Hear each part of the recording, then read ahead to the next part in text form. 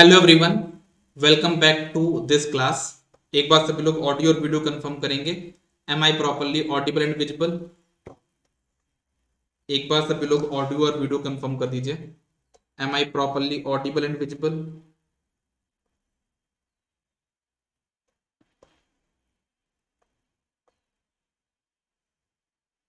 चलिए, तो मैं यहाँ पे क्लास को स्टार्ट करता हूँ। ठीक है, हम लोग अपने क्लास को स्टार्ट कर रहे हैं। हम लोगों ने अभी तक इतना कुछ डिस्कस कर लिया था ना।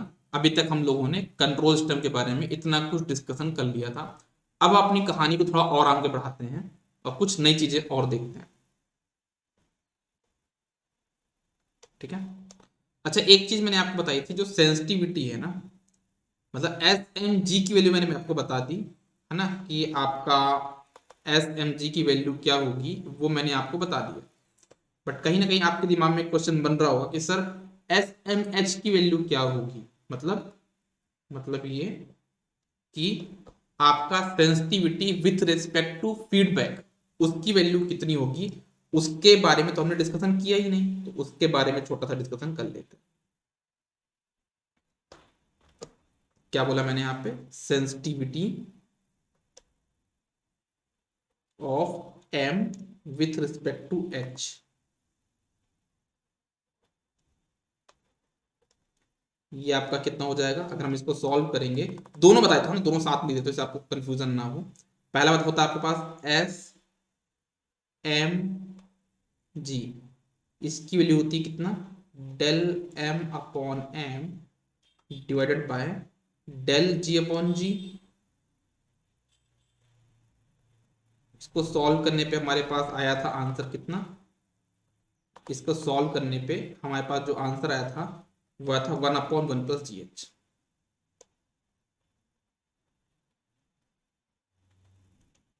और एक और याद रखना आपको, एस एम एच, इसकी वैल्यू होती है क्या? Del M upon M divided by del H upon H. इसको सॉल्व करने पे जो हमको आंसर मिलता है that is -GH divide by 1 + GH।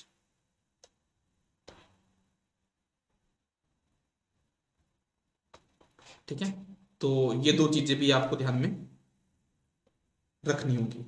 ठीक है, चलो। अब अगर थोड़ा सा बात करता हूं मैं किसके बारे में, ब्लॉक डायग्राम के बारे में, तो समझना सभी लोग यहाँ पे। हम कैस्केडिंग किसको बोलते हैं, है ना, आप थोड़ा समझना यहाँ पे। हम लोग किन्हीं भी दो ब्लॉक को कैस्केड कर सकते हैं ना, उसको हम क्या बोलते हैं? Cascading of block. कैसे करते हैं देखना।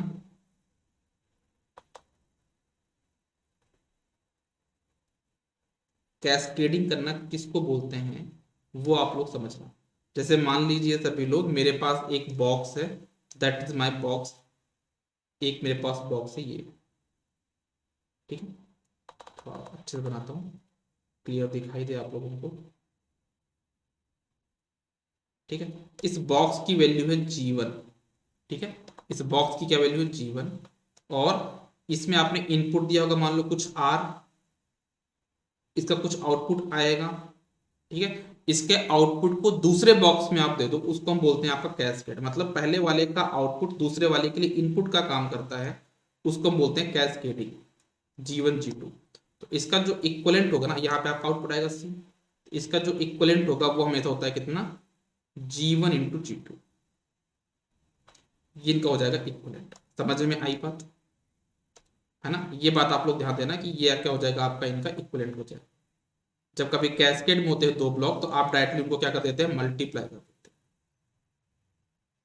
है ना, जब कभी दो ब्लॉक कैस्केड होते हैं उनको आप क्या करते हैं? डायरेक्टली मल्टीप्लाई कर देते हैं।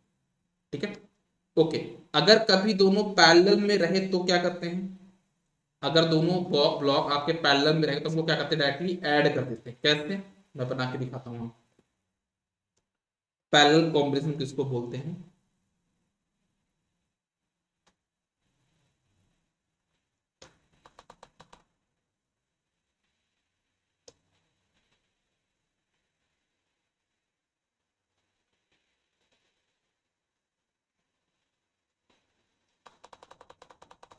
Parallel combination.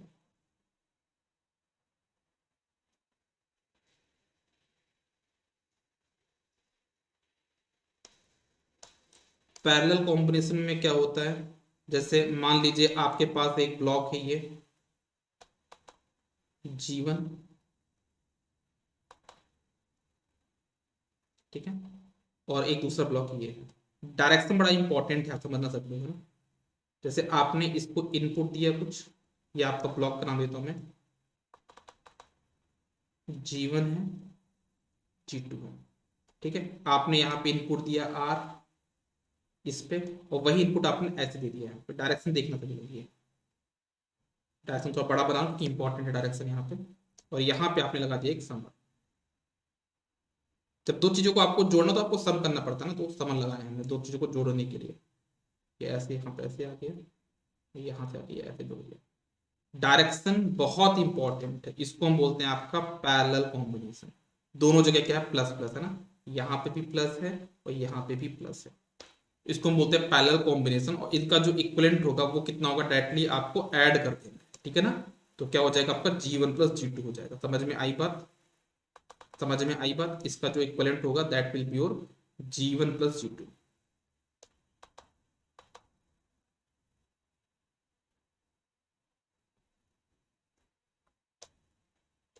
इनका जो इक्विवेलेंट होगा that will be your G1 plus G2। समझ में आया, ओके। फिर एक चीज होती है आपका क्या, आपका एक और चीज होती है, इसको हम बोलते हैं आपका क्या, कि आप यहाँ पे टेक ऑफ पॉइंट को शिफ्ट कर सकते हो। टेक ऑफ पॉइंट को शिफ्ट करना मतलब, टेक ऑफ पॉइंट मतलब अगर कोई एक ब्लॉक है उसके पहले कोई एक पॉइंट है, उसको आप ब्लॉक के बाद में शिफ्ट करना चाहते हो तो वो भी आप कर सकते हो, लेकिन आपको छोटा सर्किट में मॉडिफिकेशन करना पड़ेगा। मैं लिख के बता देता हूँ, करके बता देता हूँ, देखना। एक होता है पास यहाँ पे क्या, टेक ऑफ पॉइंट को शिफ्ट करना। क्या बोला मैंने यहाँ पे, टेक ऑफ पॉइंट को शिफ्ट करना।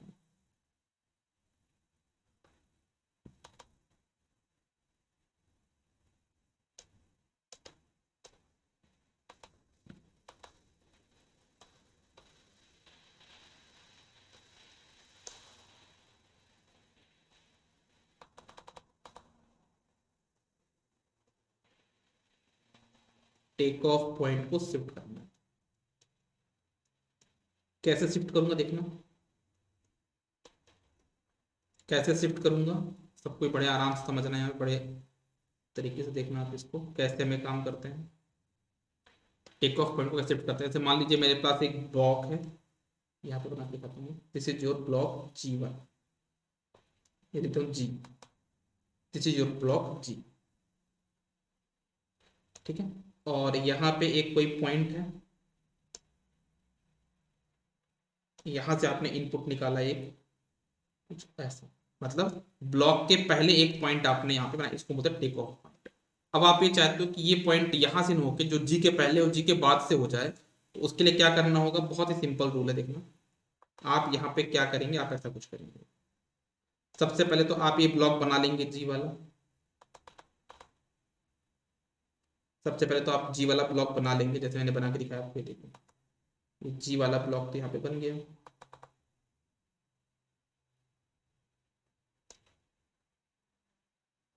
जो पॉइंट पहले यहाँ पे था, अब इसको आप यहाँ से निकाल के कहाँ पे निकाल दोगे, पीछे से निकाल दोगे, तो पीछे से निकल गया, ठीक है। लेकिन जब पीछे से आप निकालोगे तो थोड़ा सा इसमें सर्किट में चेंज होगा, और चेंज क्या होगा, चेंज ऐसा कुछ होगा, यहाँ पे एक और बॉक्स आ जाएगा, अल्टीमेटली खुद से ही बन के आ जाएगा, जिसकी वैल्यू होगी 1/G।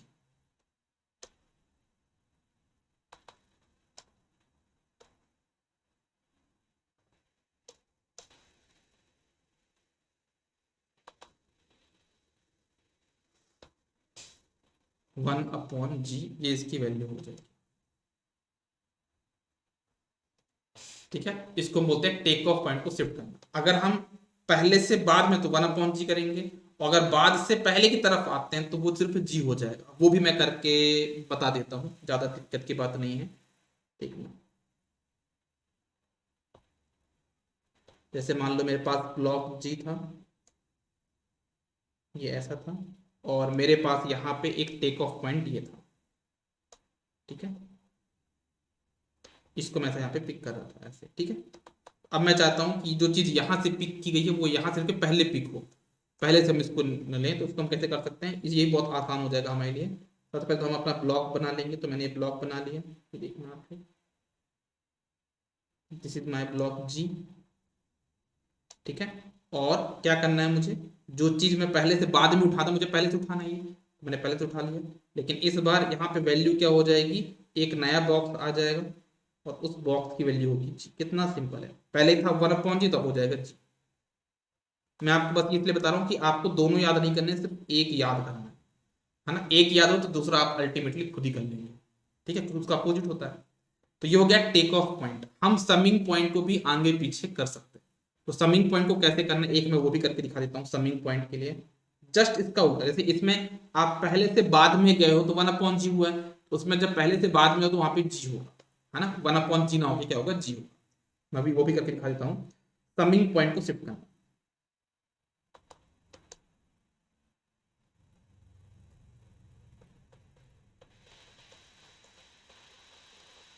क्या बोला मैंने, शिफ्टिंग ऑफ समिंग पॉइंट।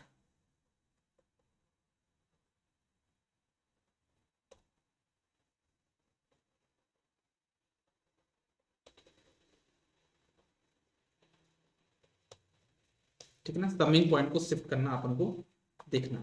कैसे शिफ्ट करते हैं मैं करके दिखाता हूँ। सबसे पहले तो मैं एक ब्लॉक ले लेता हूँ। ठीक है, दिस इज माई ब्लॉक।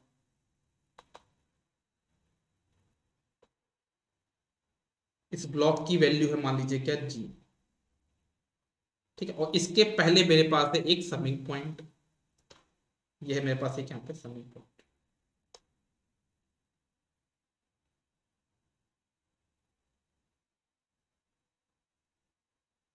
ठीक है, दोनों पास यहाँ पे मान लीजिए प्लस प्लस होगा, मैं लिख नहीं रहा हूँ, समझिए प्लस प्लस है। अब मुझे क्या करना है, इस समिंग पॉइंट को, जो यहाँ पे समिंग पॉइंट है, मैं चाहता हूँ कि ये पहले ब्लॉक के, वो ब्लॉक के बाद पहुंच जाए।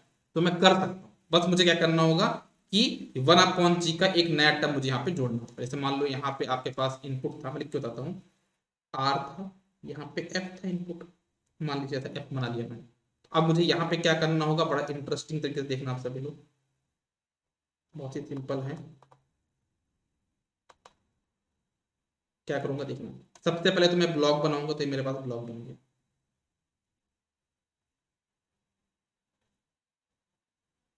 दिस इज माई ब्लॉक जी।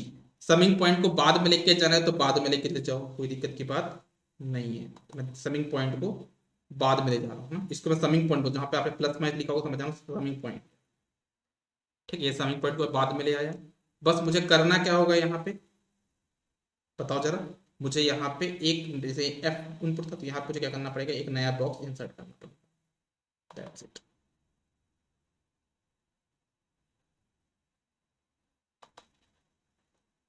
और यहाँ पे इसकी वैल्यू क्या हो जाएगी, यहाँ पे इसकी वैल्यू हो जाएगी आपका जी। जैसे यहाँ पे था जी से आपका 1/g हुआ था, पहले से बाद 1/g था, तो यहाँ पे पहले से बाद में क्या हो जाएगा, सिर्फ जी होगा, जी ये हो जाएगा आपका, ये आपका होगा यहाँ पे।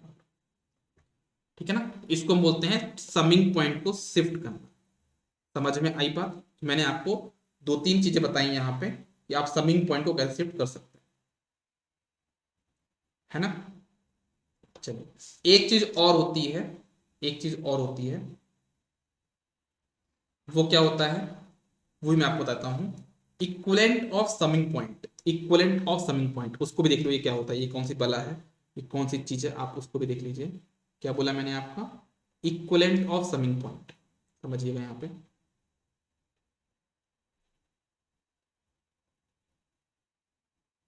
इक्वलेंट,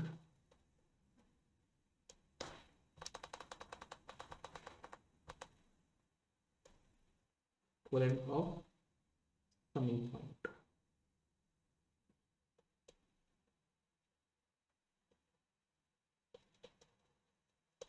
ठीक है, कैसे करते हैं ये भी देखना, इसका भी देख लो। जैसे मान लो मेरे पास एक समिंग पॉइंट है, तो समिंग पॉइंट में बड़ा बनाऊंगा एक बार, देखो।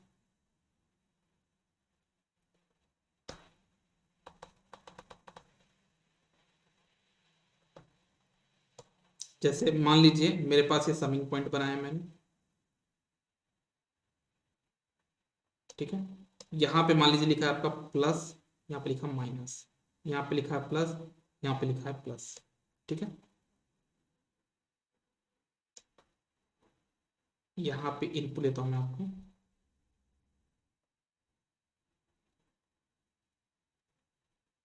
ऐसा आपके पास मान लो समिंग पॉइंट बना, यहाँ पे लिखा आपका R1, यहाँ पे लिखा आपका R2, यहाँ पे लिखा आपका R3।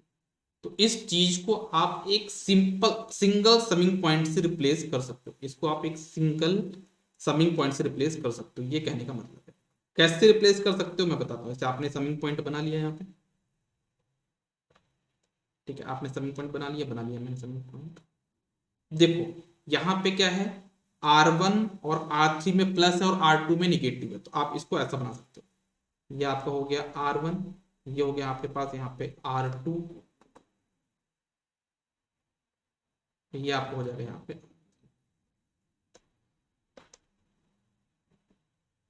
R1, R2 and R3। बस डिफरेंस आपको देना कि R1 के पास यहाँ पे प्लस साइन होगा, R2 के पास यहाँ पे माइनस साइन होगा, यहाँ पे R2 के पास, और R3 के पास होगा यहाँ पे plus sign. As simple as that. तो हम लोग ऐसा भी कर सकते हैं, इक्विवेलेंट हम निकाल सकते हैं कि इसका समिंग पॉइंट का हम लोग इक्विवेलेंट कैलकुलेट कर सकते हैं। ठीक है, फिर एक चीज हमारे पास आती है यहाँ पे, क्या एक टर्म आती है, हम बोलते हैं कि हमारा इनपुट नोड क्या होता है ना। हमारे पास एक कॉन्सेप्ट आता है यहाँ पे जिसमें बोला था है कि हमारा ये इनपुट नोड क्या है ना, क्या बोला मैंने, इनपुट नोड। इनपुट नोड क्या कहलाता है?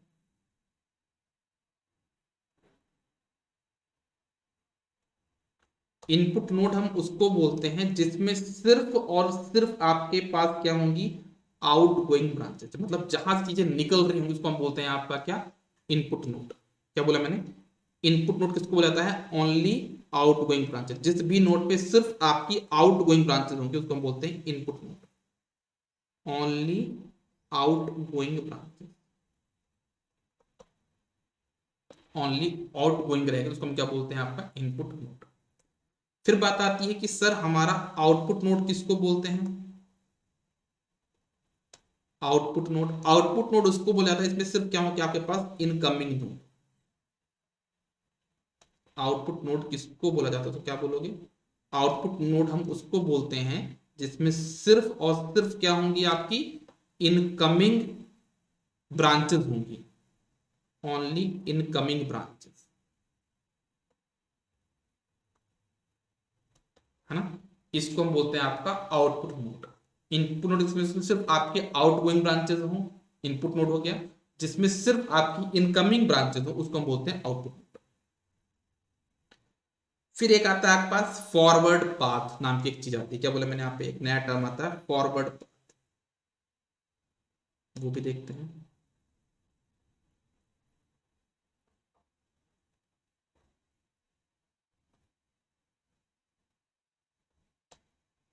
फॉरवर्ड पाथ हम उसको बोलते हैं, मतलब फॉरवर्ड पाथ एक क्या है, ट्रेवर्सल है, मतलब इनपुट से आउटपुट तक जाने का एक पाथ है, एक रास्ता है, इनपुट से आउटपुट तक पहुंचाने का एक रास्ता है जिसमें आपके पास किसी भी नोट को आप दो बार काउंट ना करो, मतलब कि आप किसी भी नोट से दो बार पास ना हो, इनपुट से आउटपुट तक जाना है, कोई भी नोट दो बार रिपीट नहीं होना चाहिए, उसी को हम बोलते हैं आपका फॉरवर्ड पाथ। तो क्या बोला मैंने, फॉरवर्ड पाथ क्या एक आपका ट्रेवर्सल है, forward path is a traversal from input to output, आपको इनपुट से आउटपुट तक पहुंचने के लिए ट्रेवर्सल है, such that no node is repeated,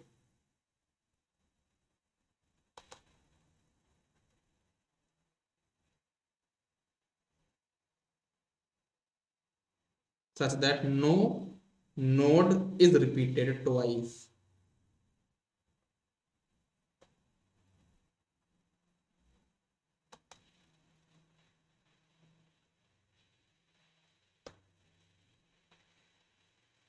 उसको हम बोलते हैं आपका फॉरवर्ड। फिर एक बात आता है लूप। लूप किसको बोलते हैं, जो चीज किसी एक नोड से स्टार्ट हो और उसी नोड पे खत्म हो जाए, एक ऐसा लूप क्या एक पाथ है, लूप भी एक पाथ है जो किसी नोड से स्टार्ट होता है और उसी नोड पे खत्म होता है, और उस पाथ में कोई भी नोड दो बार रिपीट नहीं होना चाहिए, ठीक है ना, उसको हम बोलते हैं आपका loop.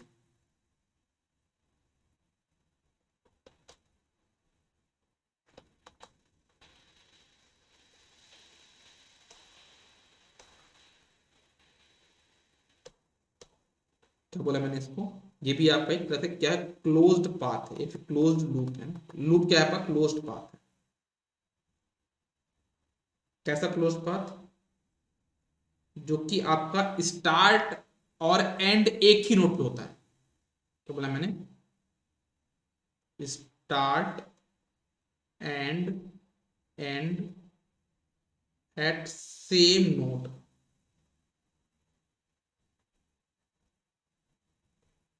Without without node repetition,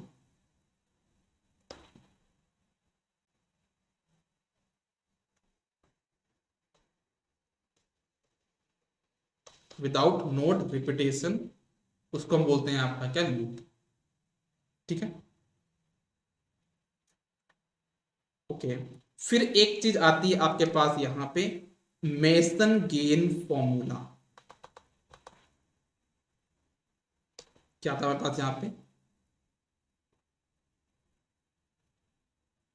masons gain formula. ये फॉर्मूला किसके लिए बनाया गया है, ये फॉर्मूला बनाया गया है आपका ट्रांसफर फंक्शन को कैलकुलेट करने के लिए। मतलब मेसन्स गेन फॉर्मूला हमेशा इनपुट और आउटपुट नोड के बीच में ही लगाया जा सकता है, only applicable for input and output node.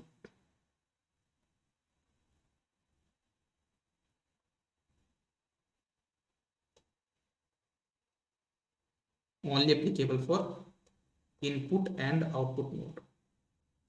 और ये मेसन गेन फॉर्मूला बोलता क्या है, मेसन गेन फॉर्मूला बोलता है ट्रांसफर फंक्शन इक्वल्स टू, मतलब इसके तो हम ट्रांसफर से निकालते हैं, और इसकी वैल्यू होती है क्या, पी के डेल के अपॉन डेल,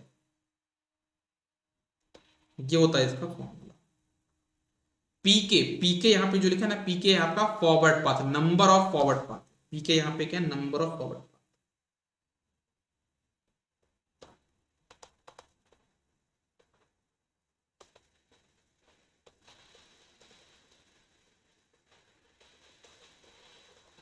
पीके यहाँ पे क्या, नंबर ऑफ फॉरवर्ड पाथ।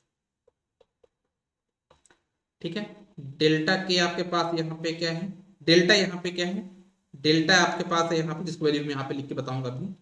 ठीक है, और डेल्टा वन भी आपके डेल्टा की ही वैल्यू है, वो आपको बताता हूँ। देखो डेल्टा एक देता हूँ मैं, डेल्टा होता है आपका वैल्यू इसका one minus bracket sum of all loop, जितने भी लूप है उन सबका सम।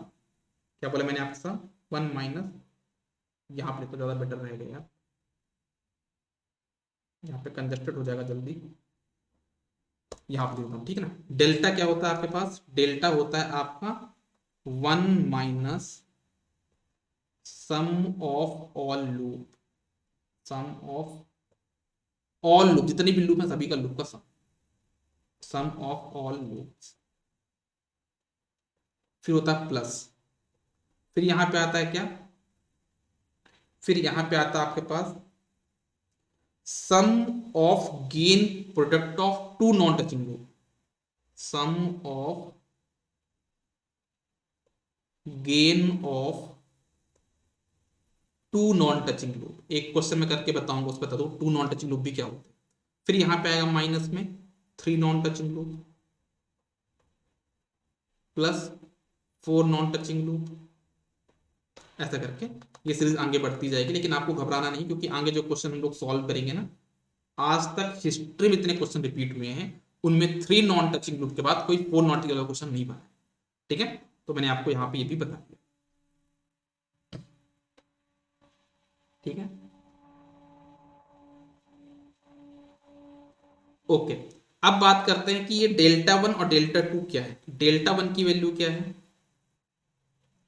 डेल्टा वन आपके पास है क्या है, value of delta which is not touching P one forward path, है ना। यहाँ पे डेल्टा के लिए देता हूं मैं, डेल्टा के क्या है, डेल्टा की क्या है, वैल्यू ऑफ डेल्टा, ये भी क्या है आपका वैल्यू ऑफ डेल्टा है, value of delta which is not touching kth forward path, which is not touching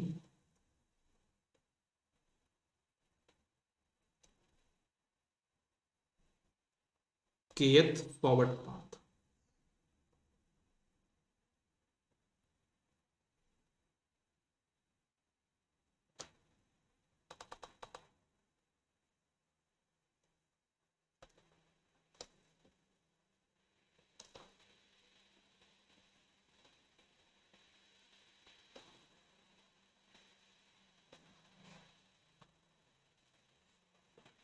ठीक है, मैं एक काम करता हूं, एक छोटा सा क्वेश्चन आपके लिए यहां पे मैं करके बता देता हूं, जिससे आप लोग को थोड़ा सा समझ में आए कि हाँ भाई क्या चीजें कैसे करनी है हमको, है ना। एक छोटा सा मैं क्वेश्चन आपके सामने यहाँ पे ले लेता हूँ, देखना सभी लोग। एक क्वेश्चन मैंने ऐसा ले लिया, ये आपका है इनपुट नोड, ये आपका output node, this is your x1, ये आपका मान लो r है, दिस इज योर c, इनके बीच में ऐसा कुछ बना हुआ देखो, तो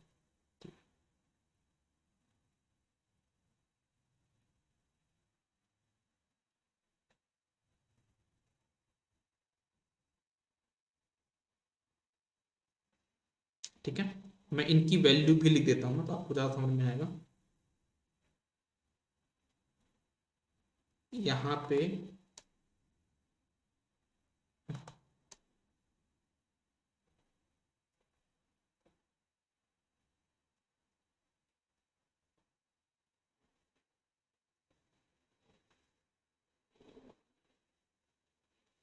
ठीक है, ऐसा इनकी मैं वैल्यू लिख देता हूँ। इसकी वैल्यू है आपके पास मान लीजिए -2, ठीक है, -2, इसकी है -1, इसका है -3, ठीक है, ओके। और इसकी वैल्यू जो ये वाला पाथ है, इसकी वैल्यू आपके पास कितना 5, और इनकी वैल्यू यहाँ पे है 1 2 3 1, ठीक है। तो इसमें आपको क्या बताना है, ट्रांसफर फंक्शन की वैल्यू बतानी है, ठीक है। तो कैसे इस टाइप के क्वेश्चन को हम सॉल्व करते हैं वो देख लो, मैं आपको करके बता देता हूँ। यहाँ पे बहुत ही सिंपल है। सबसे पहले ट्रांसफर फंक्शन आपको निकालना, क्या करोगे, यहाँ पे एक लाइन ड्रॉ करोगे, बहुत ही सिंपल लाइन ड्रॉ करिए, हाँ, इतनी सिंपल लाइन आपने ड्रॉ करी, मतलब डिनोमिनेटर लिखने वाले हो। तो सबसे पहले आप लिखोगे डेल्टा की वैल्यू, डेल्टा वैल्यू क्या होती है, 1 minus sum of all loop, तो आपने लिखा यहाँ पे 1 माइनस ब्रैकेट, क्या लिखा है, सम ऑफ ऑल लूप, कितने लूप हैं, एक लूप तो ये है -2, एक है यहाँ पे -1, एक है यहाँ पे -3, तीन लूप दिख रहे हैं, इन सबका सम कर दो तो कितना हो जाएगा यहाँ पे -2 -1 -3, तीन लूप तो हो गए। और कोई लूप बन रहा है क्या, देखो ये वाला कोई लूप है क्या, ये कोई लूप नहीं है, क्योंकि यहाँ पे डायरेक्शन देखो, डायरेक्शन मैच नहीं हो रही, this is not your loop, इसको आपने क्लोज कर दिया। सम ऑफ ऑल लूप तो हो गया, लिखा यहाँ पे प्लस, तो प्लस लगाया मैंने, लिखा यहाँ पे sum of gain product of two non touching loop, तो देखो इसमें दो ऐसे कौन कौन से दो लूप है जो नॉन टचिंग है, जैसे एक यहाँ पे -2 था, एक यहाँ पे -1 है, क्या ये दोनों लूप एक दूसरे को टच कर रहे हैं, नहीं कर रहे हैं, तो ये हमारे हो जाएंगे टू नॉन टचिंग लूप। इनका क्या करना है हमको, गेन प्रोडक्ट करना है, मतलब -2 इंटू -1 कितना हो जाएगा, +2 हो जाएगा, है ना। तो आप यहाँ पे दो क्या, फिर और कोई टू नॉट लूप बन रहा है क्या, हाँ बन रहा है, कौन कौन सा, -2 और -3 पे क्या तरीके से नॉन टचिंग है, तो क्या हो जाएगा, -2 इंटू -3 कितना हो जाएगा 6, तो यहां पे कर दोगे +6।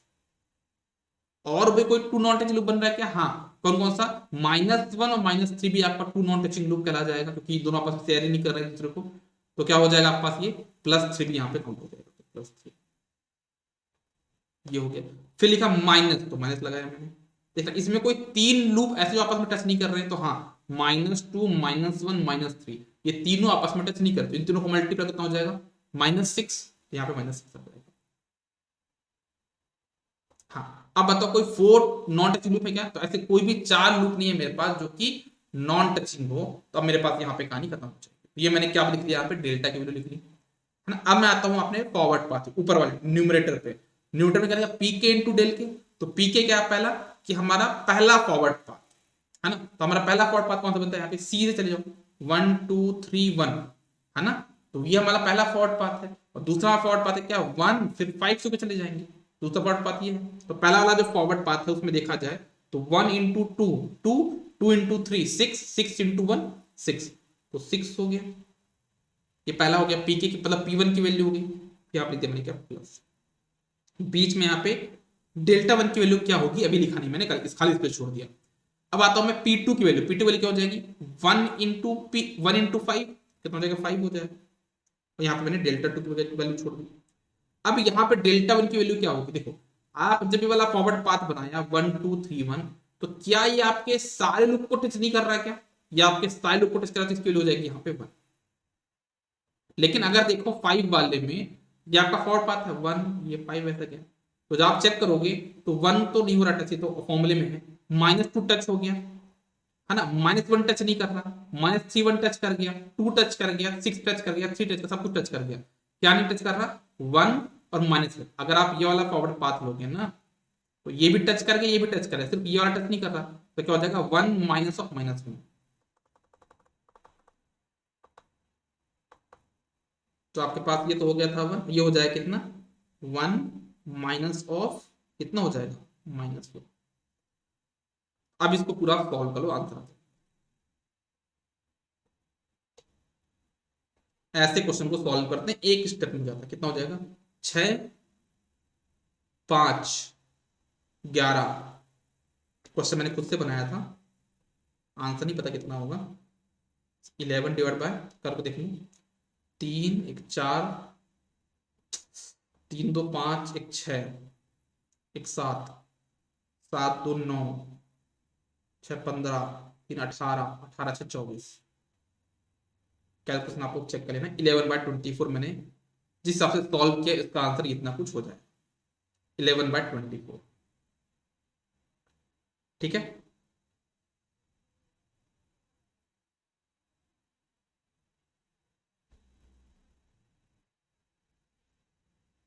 हम्म, तो ये हो गया आपका सिग्नल फ्लो ग्राफ के बारे में भी कहानी यहाँ पे खत्म होती है। अब बात आती है आपके पास किसके बारे में,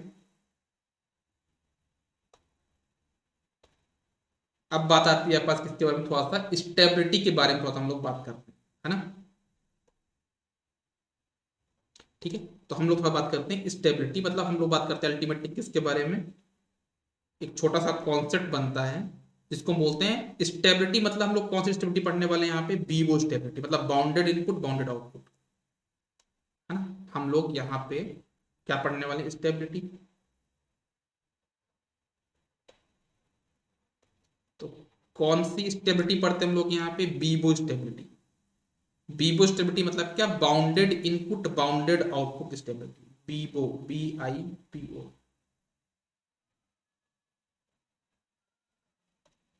बीबो स्टेबिलिटी मतलब bounded input bounded output stability हम लोग यहाँ पे देखते हैं। अभी बीबो स्टेबिलिटी मतलब क्या है, किसी भी सिस्टम पे अगर आप बाउंडेड इनपुट दोगे और उसका आउटपुट बाउंडेड आउटपुट आता है, तभी वो सिस्टम आपका स्टेबल माना जाता है।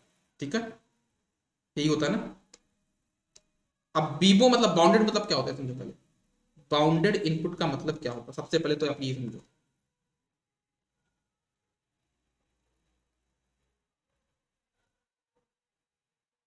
बाउंडेड इनपुट हम उसको बोलते हैं जहां पे आपका टी टेंडिंग टू इंफिनिटी पे, क्या बोला है समझना आप लोग, at T tending to infinity, क्या बोला है समझना प्रॉपर्ली सभी लोग, क्या बोला मैंने बाउंडेड इनपुट के लिए, जब कभी भी at T tending to infinity आपका जब मैग्नीट्यूड है ना, जो भी इनपुट है उसका magnitude T tending to infinity पे या तो जीरो है या फिर फाइनाइट वैल्यू है, उसको हम बोलते हैं बाउंडेड इनपुट। जब कभी टी टेंडिंग टू इंफिनिटी पे किसी भी चीज का मैग्नीट्यूड या तो जीरो है या तो फाइनाइट है, उसको हम बोलते हैं आपका बाउंडेड इनपुट। अगर हम बात करें बाउंडेड आउटपुट के बारे में,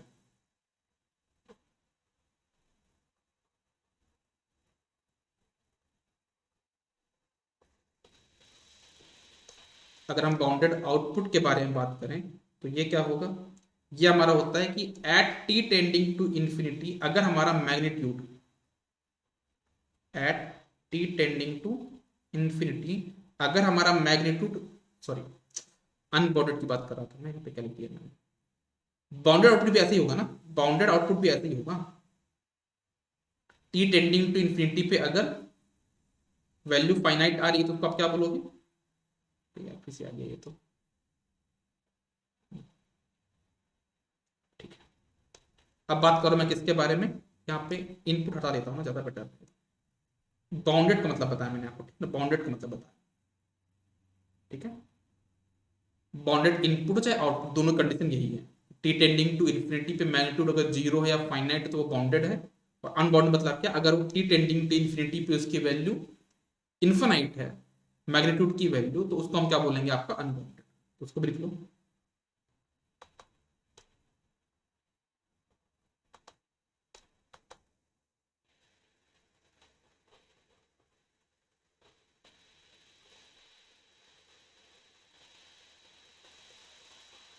अनबाउंडेड क्या बोला मैंने, at T tending to infinity,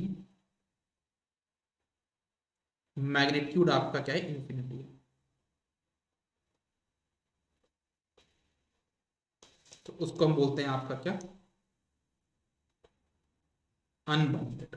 bounded और अनबाउंडेड दोनों के बारे में मैंने बताया, आई होप आपको चीज क्लियर हो गई होगी। हम लोग कंट्रोल सिस्टम में कौन सी स्टेबिलिटी को फॉलो करते हैं, बाउंडेड आउटपुट स्टेबिलिटी, मतलब बीबो स्टेबिलिटी को फॉलो करते हैं। आप लिखे ना बीबो स्टेबिलिटी, क्वेश्चन बहुत बार बना हुआ है एग्जाम में। फिर अगर हम बात करें, हमारे पास यहाँ पे कुछ चीजें और बनती है। एक बनता है हमारे पास यहाँ पे कि हम कैरेक्टरिस्टिक इक्वेशन किसको बोलते हैं, किसके बारे में बोला मैंने, कैरेक्टरिस्टिक इक्वेशन।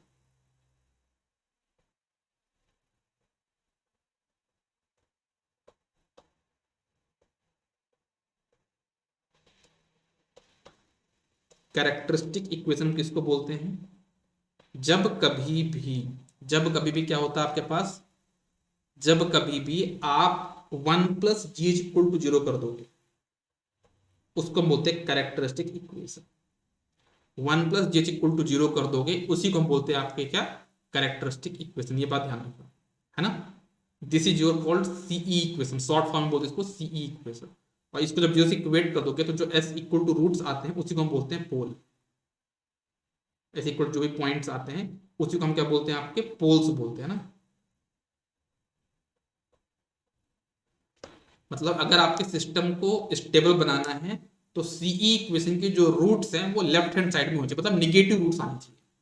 समझ में आई बात, क्या बोला मैंने, अगर आप सिस्टम को स्टेबल बनाना चाहते हो तो जो सीई इक्वेशन के रूट्स आए वो आपके निगेटिव रूट्स आएंगे, तो आपका सिस्टम स्टेबल होगा। क्या बोला मैंने यहाँ पे,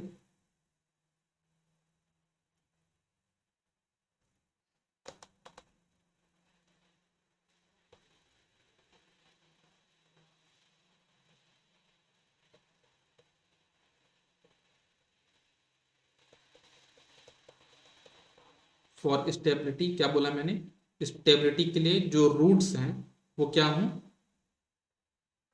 for stability CE equation root, CE roots should be negative.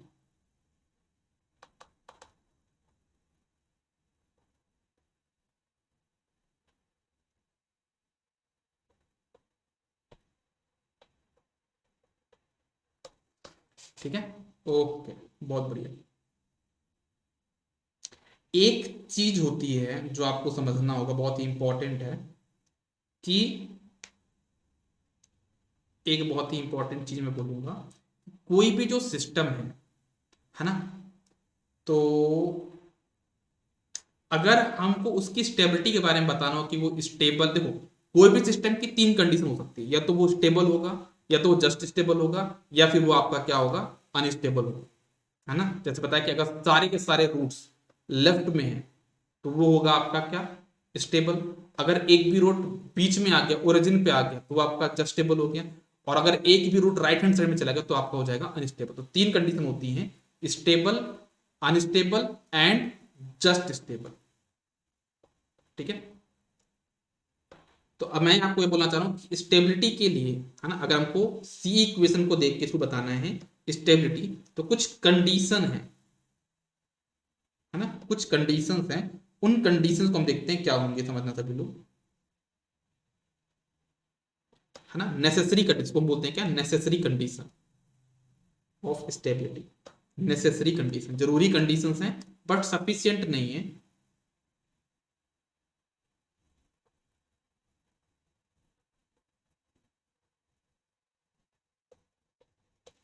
Necessary condition क्या है स्टेबिलिटी की?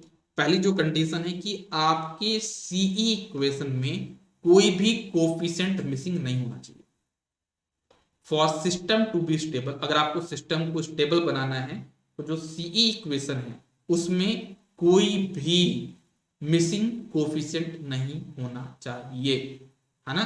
इसका मतलब नहीं कि अगर मिसिंग कोफिशिएंट नहीं है कोई भी, सारे कोफिशिएंट प्रेजेंट तो स्टेबल होगा, नहीं। बस मुझे ये पता है कि अगर उसमें से कोई भी अगर कंडीशन मतलब कोई भी एक कोफिशिएंट मिसिंग है मतलब वो सिस्टम स्टेबल तो नहीं होगा। अब स्टेबल नहीं मतलब वो कुछ भी हो सकता है ना, जस्ट स्टेबल भी हो सकता है, वो आपका अनस्टेबल भी हो सकता है। लेकिन मुझे इतना पता है कि अगर उसमें सारे कोफिशिएंट प्रेजेंट हैं तो मुझे नहीं पता कि वो स्टेबल, ये भी नहीं बोल सकता, इसलिए बोलता हूँ necessary condition, but this is not the sufficient condition. ये सफिशिएंट नहीं स्टेबिलिटी के बारे में, नेसेसरी कंडीशन है, जरूरी कंडीशन है, बट पर्याप्त कंडीशन नहीं है, सफिशिएंट कंडीशन नहीं है। क्या बोला मैंने, पहली कंडीशन क्या बताई आपको मैंने, there should not be any missing coefficient. और दूसरा कि कोई साइन चेंज नहीं हो चाहिए। आपका सी इक्वेशन है ना, उसमें सी इक्वेशन में कोई भी आपके पास साइन चेंज नहीं होना चाहिए। क्या बोला है नेसेसरी कंडीशन क्या आपकी, for system to be stable, for stable system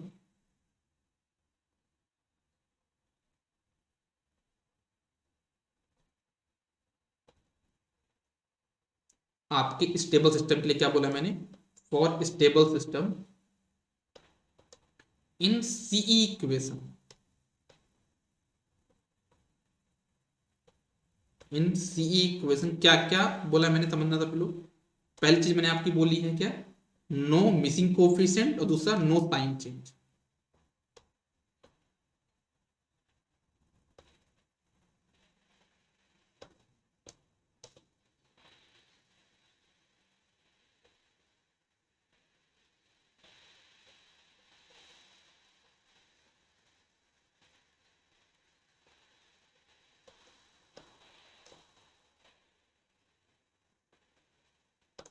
no missing coefficient, दूसरा हो जाएगा आपके पास नो साइन चेंज।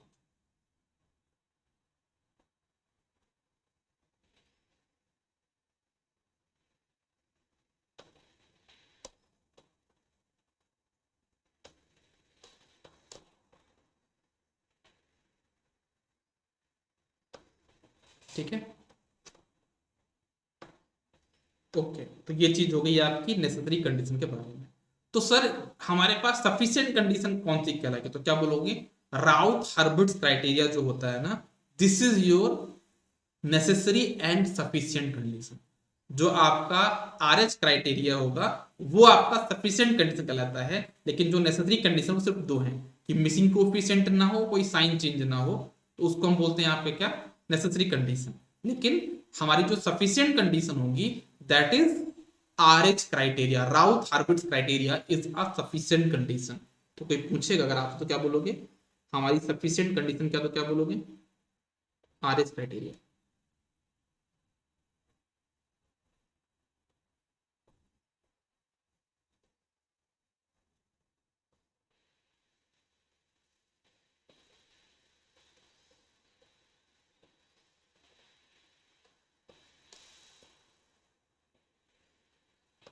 अगर हम बात करते हैं सफिशिएंट कंडीशन के बारे में, तो क्या बोला मैंने सफिशिएंट कंडीशन के लिए, पहला तो मैंने बताया आपका R H criteria, Routh Hurwitz criteria.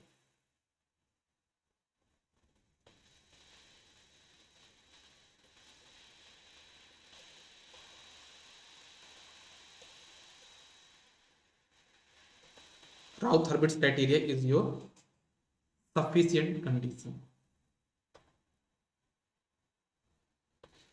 ठीक है, ओके, ये हो गया। अच्छा, अब यहां पे समझना जो सिस्टम की स्टेबिलिटी है ना, तो उसके बारे में थोड़ा बताता हूं। कि देखना आपका जो सिस्टम है, सबको देखना समझना होगा।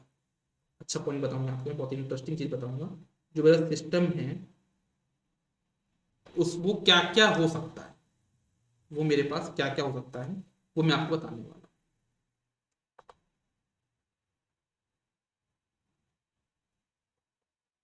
ठीक है, मैं एक काम करता हूँ, अपने आप को साइड में कर लेता हूँ, इससे आपको प्रॉपर चीजें दिखती रहे।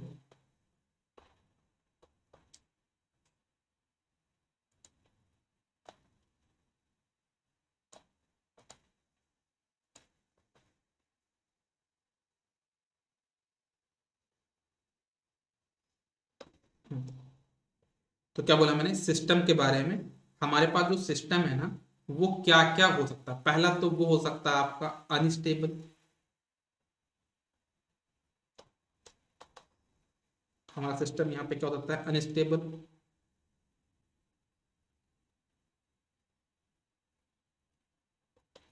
स्टेबल भी हो सकता है,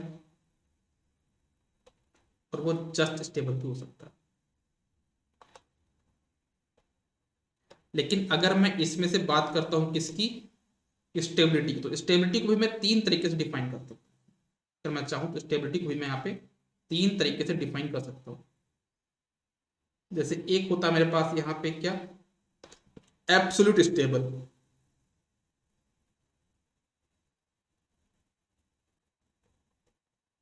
एब्सोल्यूट स्टेबल, एब्सोल्यूट स्टेबल उसको कहा जाता है जिसमें कोई कंडीशन नहीं होती है कि आपका स्टेबल तो लेकिन यहां से यहां तक स्टेबल होगा, बाकी का मुझे पता नहीं, ऐसा नहीं बोलते। एब्सोल्यूट स्टेबल मतलब वो के, मतलब एक गेन होता है, कांस्टेंट होता है, उस के की कोई भी वैल्यू के लिए अगर वो स्टेबल, उसको हम बोलते हैं आपका क्या, एब्सोल्यूट स्टेबल। मतलब के की अगर रेंज जीरो से इन्फिनिटी के बीच में अगर वो स्टेबल है, दैट मीन्स आपका वो हो जाएगा एब्सोल्यूट स्टेबल। लेकिन अगर के की कुछ रेंज दी हुई है, अगर आपके पास के की कुछ रेंज दी हुई है, उसको हम बोलते हैं आपका क्या, कंडीशनल स्टेबल। उसको हम बोलते हैं आपका क्या, कंडीशनल स्टेबल।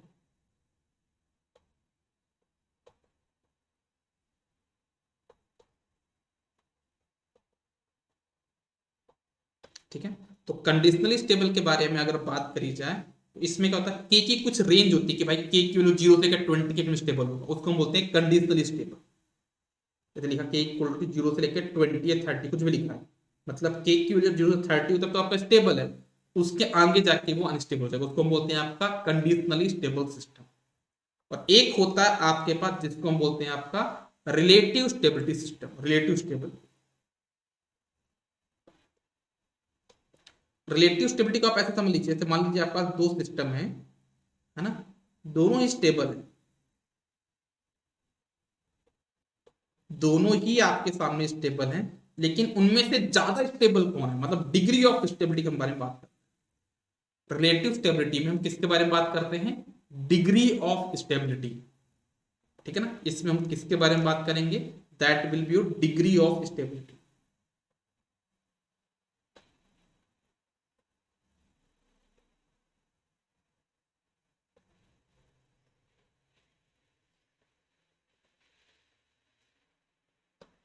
ठीक है, इसको बोलते हैं आपका डिग्री ऑफ स्टेबिलिटी। दो सिस्टम के बारे में, स्टेबल तो है पर कितना स्टेबल है वो, उसके बारे में बोलते हैं डिग्री ऑफ स्टेबिलिटी। ठीक है, इतना नोट कर लीजिए। फिर मैं एक काम करता हूँ, मैं आपके सामने कुछ क्वेश्चन ही सॉल्व कर देता हूँ, तो उससे आपको बढ़िया लगेगा, मजा आ जाएगा सॉल्व करके, है ना।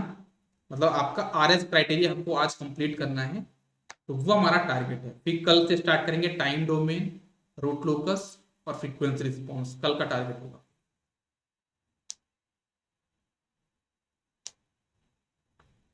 ठीक है, नोट कर लिए। चलिए आगे बढ़ता हूँ, मैं अपनी कहानी को और आगे बढ़ाता हूँ। मैं साइड में हो जाता हूँ यार फिर से।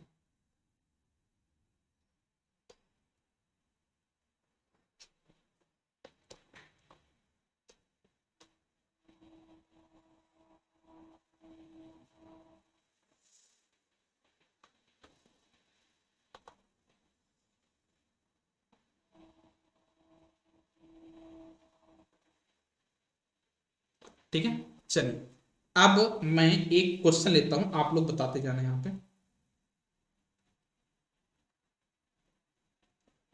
जैसे एक मैं यहाँ पे बता रहा हूँ, मेरे पास जो सीई इक्वेशन वो ऐसी कुछ है, देखना सभी लोग।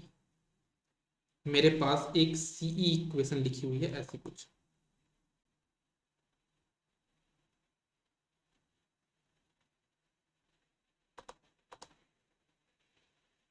मेरे पास एक सीई इक्वेशन लिखा हुआ है ऐसा कुछ, एस की पावर 3 प्लस 6s²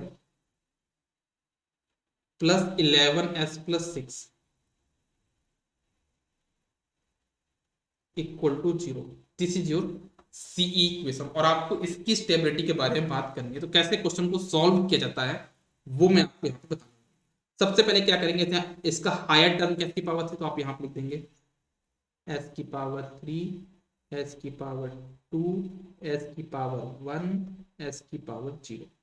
फिर यहाँ पे देखो इसमें क्या है, कोफिशिएंट का 1 है, फिर इसको छोड़ दो तो 1 और 11 यहाँ पे आ जाएंगे, तो 1 और 11 यहाँ पे आ जाएंगे। फिर यहाँ पे क्या, 6 और 6 यहाँ पे आ जाएंगे। जो लास्ट वैल्यू होती है ना, हमेशा लास्ट में यहाँ पे आ जाती है। ठीक है, अब बात आती है यहाँ पे कौन सी वैल्यू होगी, तो क्या करोगे आप यहाँ पे ध्यान समझना, इसका मल्टीप्लाई करते हैं ऐसा, 6 का मल्टीप्लाई करेंगे 11 में, कितना हो जाएगा 66, माइनस फिर मल्टीप्लाई करेंगे इसका,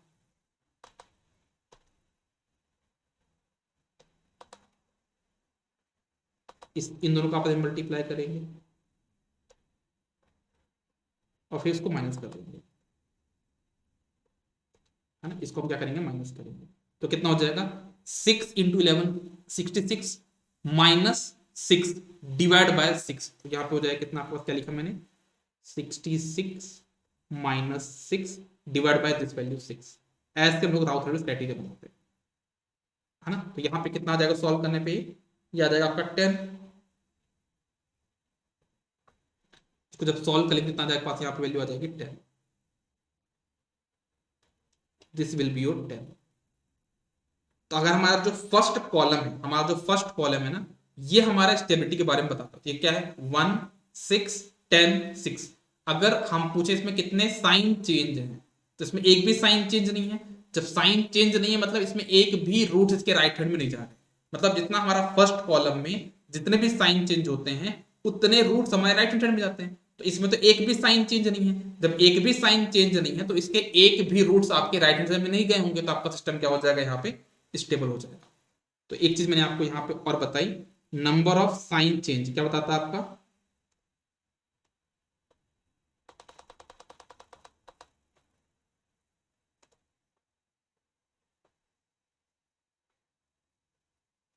number of sign change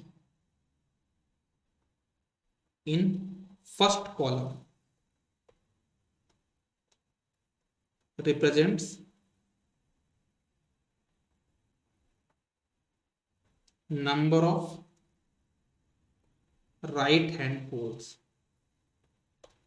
number of right hand poles.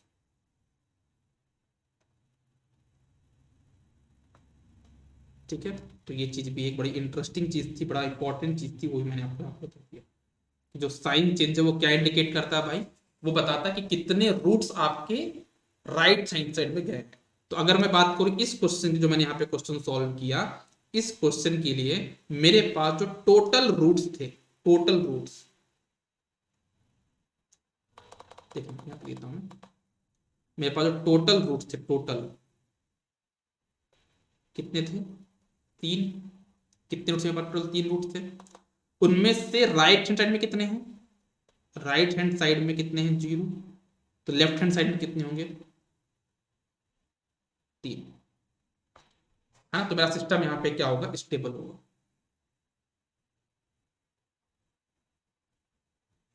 ठीक है, तो ये मैंने एक टेबल बताने के तरीके के लिए बताया कि कैसे हम टेबल को सॉल्व करके क्वेश्चन को सॉल्व करते हैं। एक मैं क्वेश्चन और करके बता देता हूँ, क्योंकि इसमें थ्योरी लिखने में बहुत दिक्कत जाएगी।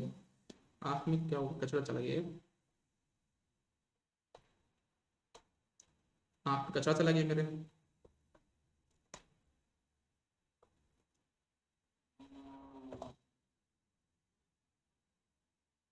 ठीक है, चलो अब मैं बात करता हूँ किसके बारे में, कि अगर मान लीजिए क्या हो गया कि हमारे पास यहाँ पे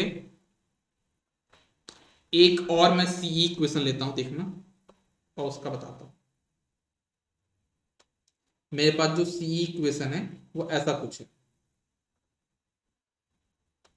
2s की पावर 4 प्लस s की power 3 S plus 3s² plus 5s plus 10, ये आपकी सीई इक्वेशन है। इसको जीरो से इक्वेट कर दोगे तो आपकी बन जाएगी सीई इक्वेशन, मतलब कैरेक्टरिस्टिक इक्वेशन। अब इसको कैसे सॉल्व करना देखना, अगेन मैं वही बोलूंगा ना, फिर से सिस्टम देखना आप लोग। यहाँ पे हो गया s⁴, s⁴, s⁴, s⁴, s⁴, लिख लिए, बड़े आराम से लिख लिया। फिर देखना यहाँ पे कौन सी वैल्यू आएगी, 2 3 10, 2 आ गया, एक एक वैल्यू छोड़ छोड़ के, 2 3 10 यहाँ पे आ गया। फिर यहाँ पे क्या आ जाएगा, 1 और 5 0, तो 1 5 1 5 कुछ, तो यहाँ पे 0 आ जाएगा। तो यहाँ की अब देखो सबसे लास्ट यहाँ पे क्या 10, तो 10 यहाँ पे भी आ जाएगा। अब आपको ये दोनों कॉलम फिल करना है, तो कैसे करो देखना, यहाँ पे क्या वैल्यू आएगी, कैसे करोगे, 1 इंटू 3 कितना हो जाएगा, 3 3 माइनस 10/1 कितना हो जाएगा, -7। तो मैं कैसे किया, मैंने लिख देता हूँ, यानी आप लोग कंफ्यूजन होगा। कैसे किया मैंने, 3 माइनस 10 डिवाइड बाय 1 कितना होगा, -7। फिर यहाँ पे करो 1 इंटू 10 कितना हो जाएगा, 10 10 माइनस 0 10 डिवाइड बाय 1 कितना जाएगा, यहाँ पे 10।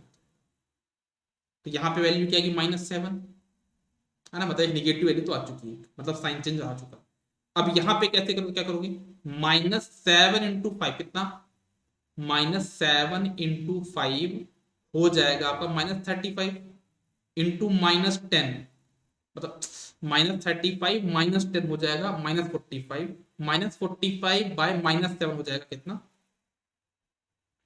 माइनस पूरा लिख देता हूँ, -35 -10 डिवाइड बाय -7। तो ये वैल्यू कितनी आ जाएगी, प्लस में आएगी ना, ये वैल्यू कितने में आएगी, प्लस में आएगी, समझ में आई बात। ये वैल्यू किस में हो जाएगी, प्लस में। तो अगर साइन चेंज देखोगे तो ये वाली वैल्यू क्या है, प्लस में है ना, ये वैल्यू प्लस में है, ये वाली प्लस में है, ये माइनस में है, ये प्लस में है, ये प्लस में है। तो कितना साइन चेंज हो देखो, अगर आप यहाँ पे तो प्लस से प्लस साइन चेंज हुआ क्या, नहीं हुआ, प्लस से माइनस साइन चेंज हुआ, हाँ एक साइन चेंज हुआ, माइनस से फिर से प्लस साइन चेंज हुआ, तो फिर एक प्लस साइन चेंज हुआ, एक यहाँ पे एक यहाँ पे हुआ, फिर प्लस से प्लस में कोई भी साइन चेंज नहीं हुआ। तो हमारे पास यहाँ पे जो टोटल साइन चेंज है वो कितने हैं, 2 हैं। तो राइट हैंड पोल कितने होंगे इसमें हमारे पास, देखो टोटल पोल कितने थे, टोटल जो पोल्स है रूट्स थे वो कितने थे हमारे पास, जो टोटल रूट्स थे वो 4 थे। तो राइट हैंड साइड में कितने पोल हो जाएंगे, जितने साइन चेंज है, 2 जगह साइन चेंज है ना, तो हम क्या बोलेंगे, आप में कितना साइन चेंज है यहाँ पे 2, तो राइट हैंड पोल 2 हो जाएंगे। तो लेफ्ट हैंड कितने बचेंगे आपके पास, 2, तो 2 पोल तो राइट हैंड चली गई ना, तो आपका सिस्टम क्या हो जाएगा, अनस्टेबल।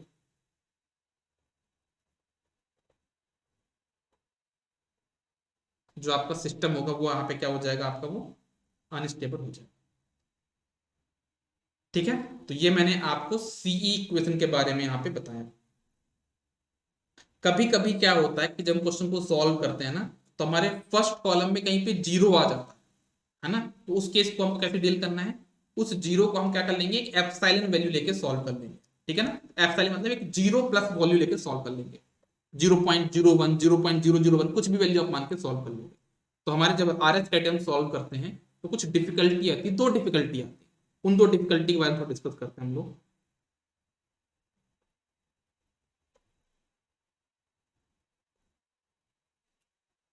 डिफिकल्टी पहली जो आती है हमारे पास, वो डिफिकल्टी पहली क्या होती है, वो हमारी डिफिकल्टी होती है, कौन सी difficulty, when 0 comes in first column.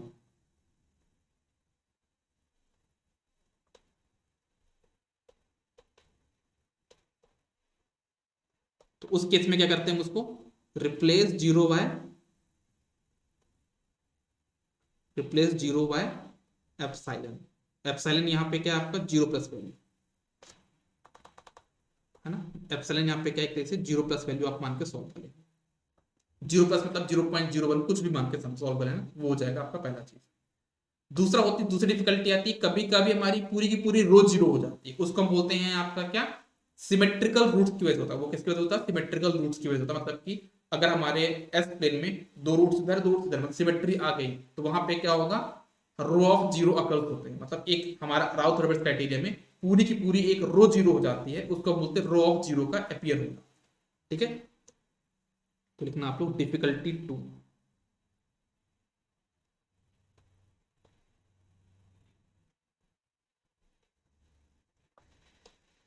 जो आपकी डिफिकल्टी 2 है वो क्या है आपका, वो आपका क्या यहाँ पे होता है क्या, when row of zeros occurs, when entire row become zero, when entire row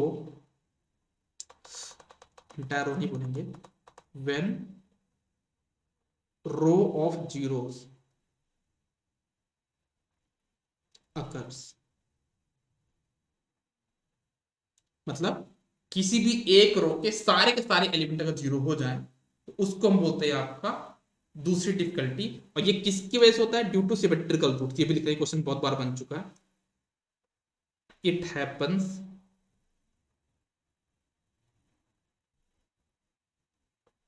because of symmetrical roots,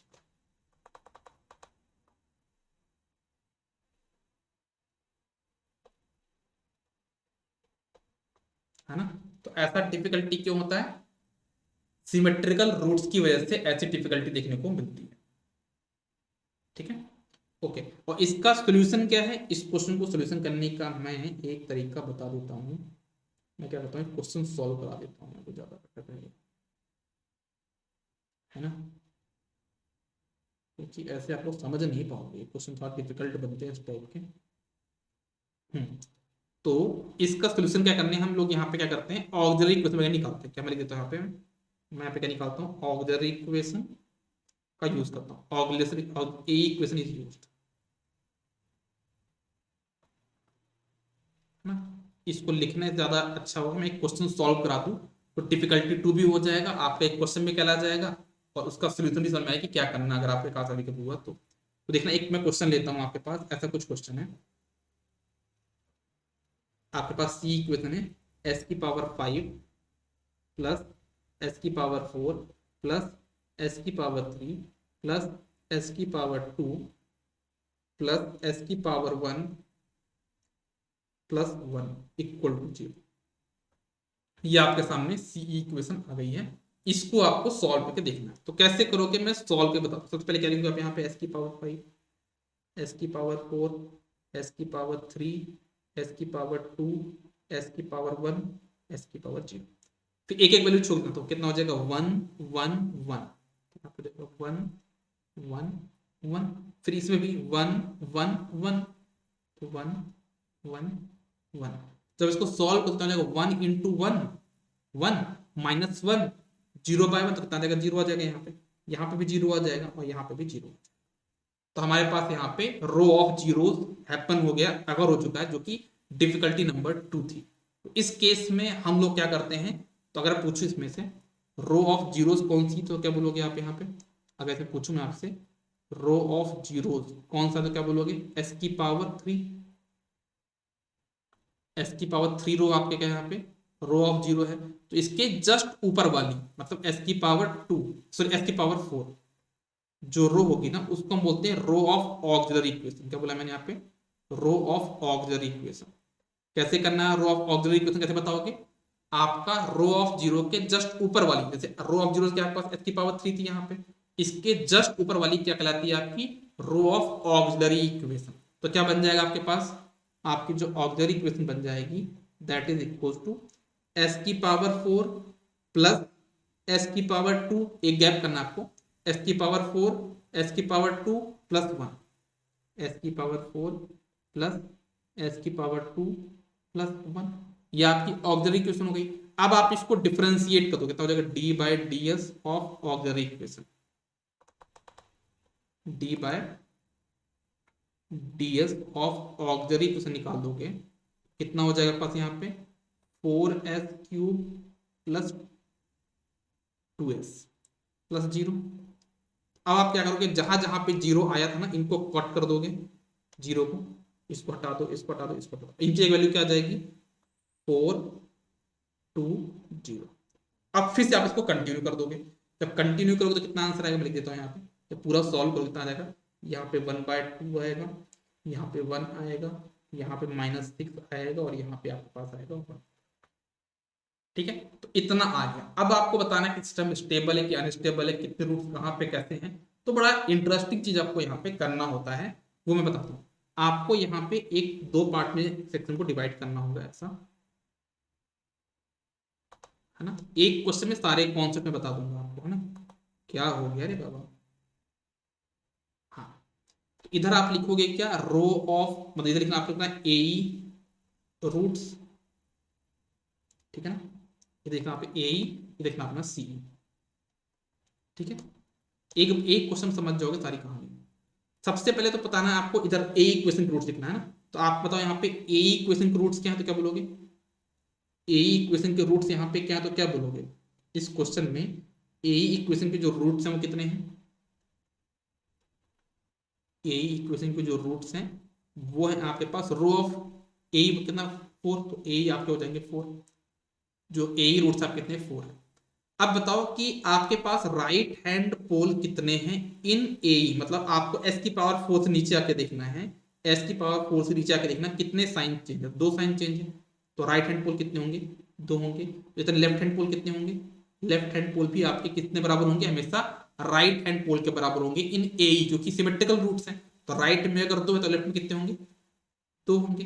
तो आपके जे ओमेगा पोल कितने होंगे, तो जे ओमेगा पोल आपको हो जाएंगे कितने, 0, क्योंकि 4 पोल थे, 2 राइट में 2 लेफ्ट में, तो जे ओमेगा कितने होंगे, बिल्कुल भी नहीं होंगे। ठीक है, तो ऐसे आपने बनाना यहाँ पे किसके लिए, ए इक्वेशन के रूट्स के लिए बनाना। ठीक है, अब आपको क्या करना है, इनमें से जो आपने ए के लिए लिखा ना, उसमें से अगर मैं पूछूं आपसे कि सीई इक्वेशन रूट्स कितने, क्या बोलोगे, सीई रूट्स कितने हैं।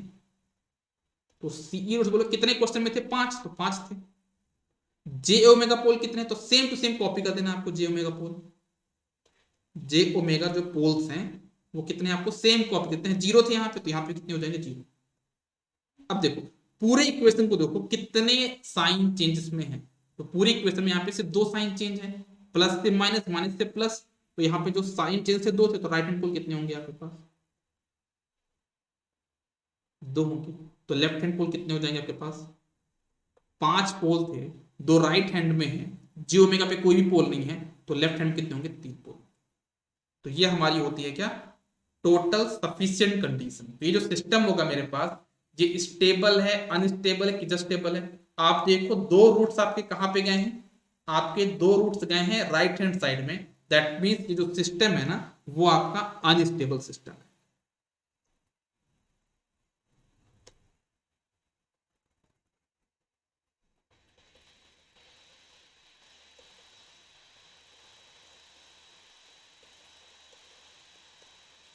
ये जो सिस्टम है आपका, that is your unstable system. समझ में आई बात सभी को कि नहीं आई, बताइए।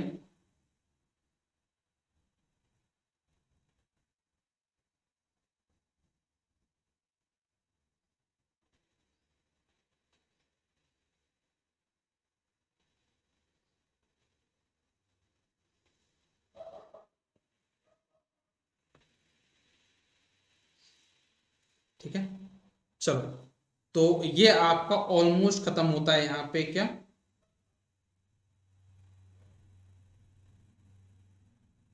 ये आपका खत्म होता है यहाँ पे स्टेबिलिटी वाला पार्ट। ठीक है, एक दो क्वेश्चन और बनते होंगे तो वो कभी अपन क्वेश्चन के फॉर्म में कर लेंगे। यहाँ पे मैं क्वेश्चन ज्यादा नहीं करा सकता, ऑलरेडी मैं आपको 3 क्वेश्चन करा के बता चुका हूँ, ये शॉर्ट नोट्स है ना।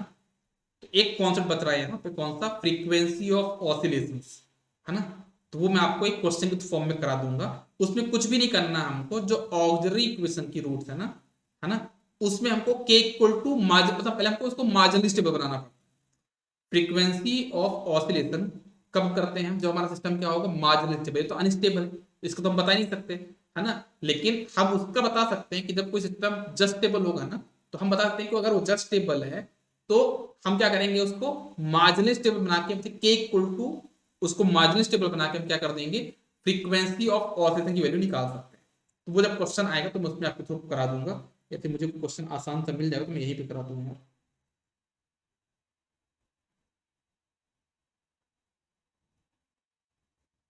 एक क्वेश्चन कर लो, यहीं पे खत्म करो। ठीक है, एक क्वेश्चन कर लेते हैं और यहीं पे खत्म करते हैं, क्यों अपन बार बार वेट करें, है ना।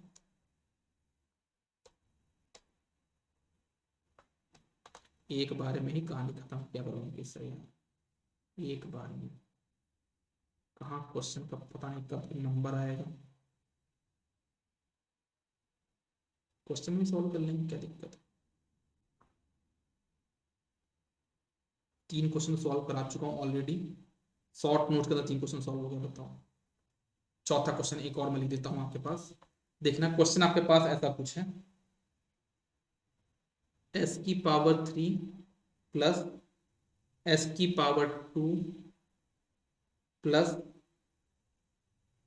2s plus k equal to 0।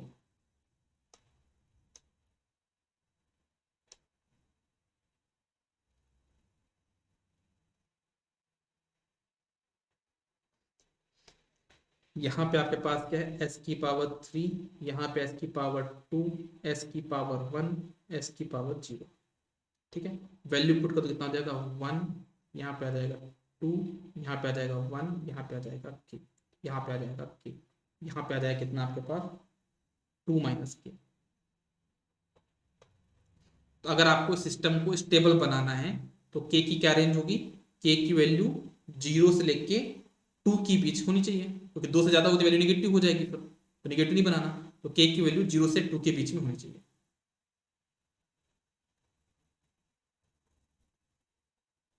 है ना। तो k की वैल्यू कितनी, 0 से 2 होनी चाहिए। जब 2 अगर आप रख दोगे मतलब 0 से लेकर 2 के बीच में सिस्टम आपका स्टेबल है, लेकिन जब k इक्वल टू 2 होगा, क्या होगा, k इक्वल टू 2 होगा, तो उस केस में सिस्टम आपका क्या हो जाएगा, for k equal to t 2 आपका सिस्टम स्टेबल हो जाएगा, for k equal to 2 system is stable.